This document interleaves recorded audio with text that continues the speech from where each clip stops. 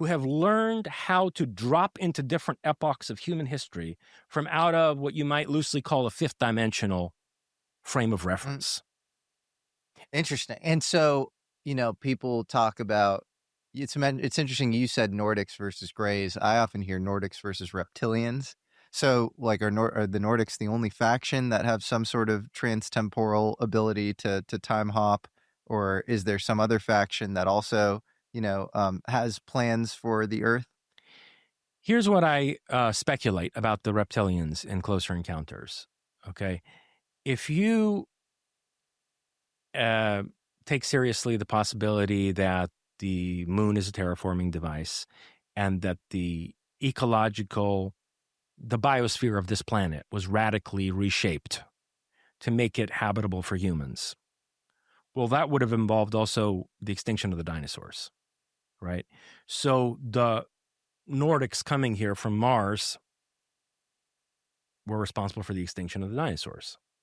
Now, the Sumerian myths tell us that when the Anunnaki engineered a slave race on Earth, Mm, they went through several successive models, mm, and the first few were failures. mm.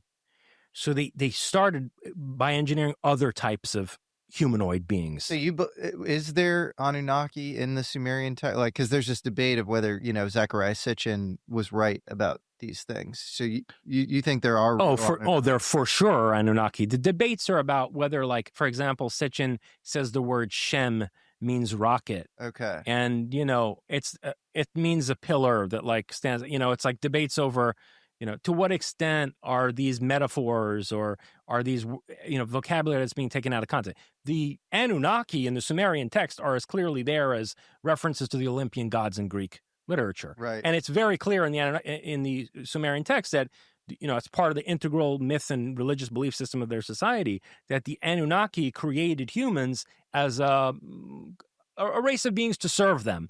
So But that is clearly very right. clear. And what's more interesting is that we weren't the first, though. There were a bunch of failed versions Yeah, before us. yeah, And so I speculate in Closer Encounters, and it's a speculation yeah.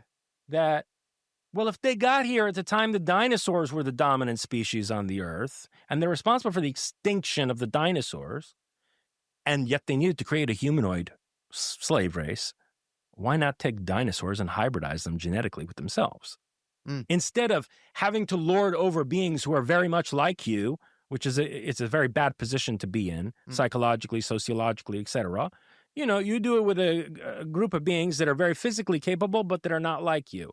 It allows you to, morally justify yourself, better Mhm. than to lord over your own kind, as it were. So, how do we know that the reptilians aren't the product of some Frankenstein's laboratory that these people established? The same Frankenstein's laboratory from out of which these cybernetic greys Yep, emerged, yep. right? That's my It's speculation. super interesting. I mean, to somebody on the outside listening to this, they could call us insane and say like, this is all it's so speculative. And whatever is going on feels so weakly entangled with our reality, whether it's the psychic stuff, which we started off talking about, which I, fully agree with you. There's a ton of data showing that there is some weak entanglement between mind and matter. There are abilities for the mind to quote unquote collapse the wave function is what it empirically seems to occur in these random event generator experiments that occurred at elite universities across the United States, the Princeton Engineering and Anomalous Research Lab, SRI, all these schools, elite schools studied this stuff, and none of those researchers came out saying there wasn't anything there. Almost all of them came out saying there was a there. And then look, I obviously am very deep on all the alien UFO lore, and so I think there's a there too.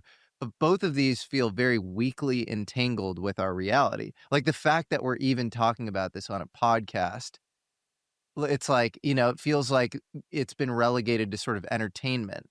I'll tell you what's not weakly entangled Uh-huh. and what's very tangible in terms of an existential challenge that we have to face. Mhm. And this is actually what's of greatest interest to me, right? I'm not a ufologist. I'm a philosopher who's using the material of ufology for a certain philosophical purpose. And that has to do with the challenge of the technological singularity, right? So in my book Prometheusm, the way I break this down is I had written this book earlier called World State of Emergency. Mm. It's one of the concepts that I've developed, which I reformulate in Prometheism. And in this book, Prometheism, I describe this world state of emergency in terms of the end of humanity, the end of history, and the end of reality. So the end of humanity means, genetic engineering, uh, cybernetic integration of nanotechnological components into the human body and the human That cognitive feels sense. near term.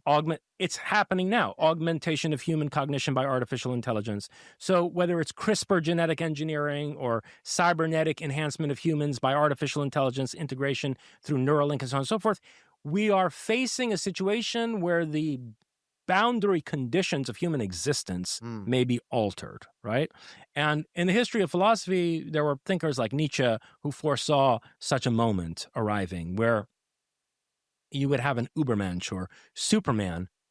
Did he view that? I didn't realize he saw that as some sort of historical Yes, and there are a prognostication. lot of academics who, I have to say, because of cowardice, frankly, want to think that, Nietzsche's idea of the Übermensch is just some ethical exemplar or some kind of a psychological type. That's the way it was taught to me. Yeah, because it's become taboo in academia. That's why. Uh-huh. So Nietzsche has a concept of the higher man, and he has a whole psychology of the higher man as a human type. That's different from the Übermensch. The higher man is a precursor or herald of the future coming of the Übermensch. Mm. In his notes that became compiled into The Will to Power, there are clearly passages where he's talking about industrial, economic, and technical development, and that there will come a time when there's the potential for the uh, evolutionary rise of a species that would be as different from contemporary humanity as we are from apes, that a chasm would separate them from us that's as vast as the chasm between man and ape. And did he root that in some sort of technological Yes, augmentation? absolutely. That's interesting. He says that the machinery of technical industry on the planet Mhm. will be so integrated and increasingly autonomous that humans will be forced to either become robots, that they will have to degrade into a subhuman condition due to lack of will, lack of any ethos, not being able to have any self directive and principled existence. Those kinds of people are going to degrade into a subhuman condition and be ensconced and encompassed by the technical industrial infrastructure such that they become part of the kind of robotic machinery of production. And then there's going to be people who become highly individuated.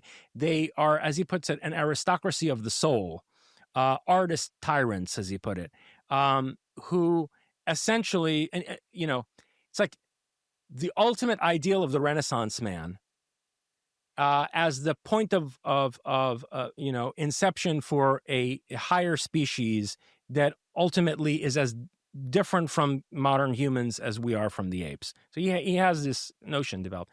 So it's an early form of transhumanism that you see. And anyway, my point is you have these convergences of cybernetics and genetic engineering into a potential end of humanity. Then in terms of, development of zero point energy and what we were talking about earlier, where we might uh, gain control over the space-time matrix itself and be able to have a hyper-dimensional relationship with various epochs of human history, well, there you're dealing with the end of history. In a much more radical sense than, like, let's say, Hegel projected an end of history in terms of, the end point of all the dialectical tensions and, social developments that he thought were progressively unfolding the evolution of consciousness from epoch to epoch. In a much more radical sense than that, you're going to have us face what Hegel called the, dilemma of the master-slave dialectic, where we have to ask ourselves whether the end of history should be a social and political situation where there continues to be a master caste or master race lording over, vast hordes of slaves and underlings, or whether really the end of history should, be a moment of universal liberation and the actualization of freedom across all of humanity, right? Do you think that Hegel had some sort of worldview involving, these Nordic beings that control the earth or something. Well, the interesting thing about Hegel's isn't there a book called it's like Hegel and Hermeticism or something, and talks about his relationship with Glenn McGee. Jacob Boehme Yes. and yeah. Yeah. Glenn McGee. I knew that guy at one point. Anyway, I won't get into that. But Glenn McGee wrote an excellent book where he, through his reading his book on Hegel and alchemy, Mhm. I went back to his source, which is Hegel's book called Philosophy of Mind, Mm. not to be confused with Phenomenology of Spirit, which is the more famous work by Hegel. Mm. But Hegel wrote this book, Philosophy of Mind, which is all about, the psyche. And it has extensive passages on the paranormal in it, Yeah. which are never taught in academia. And Hegel has this very interesting theory about how, the hypertrophy of the technical intellect and, mathematics and basically geometry and,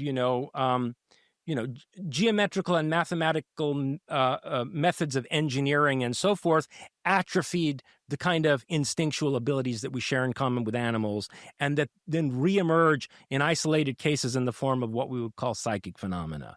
He has a very interesting sort of evolutionary, sociological account of psi Mhm. throughout human history. So Hegel was open to these things, and he studied alchemy. Um, and then the other person who, formulated an idea of the end of history, of course, Marx, Mm. and the young Marx was a disciple of Hegel.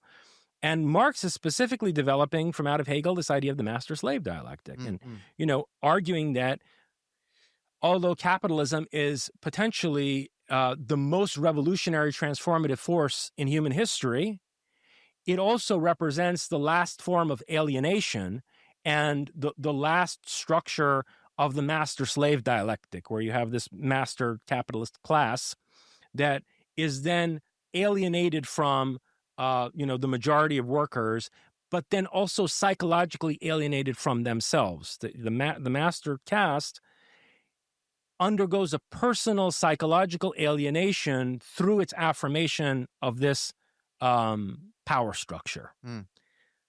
So the question that I raise in Closer Encounters, one of the many philosophical questions I raise in Closer Encounters, is that is this the case with these Nordics as well?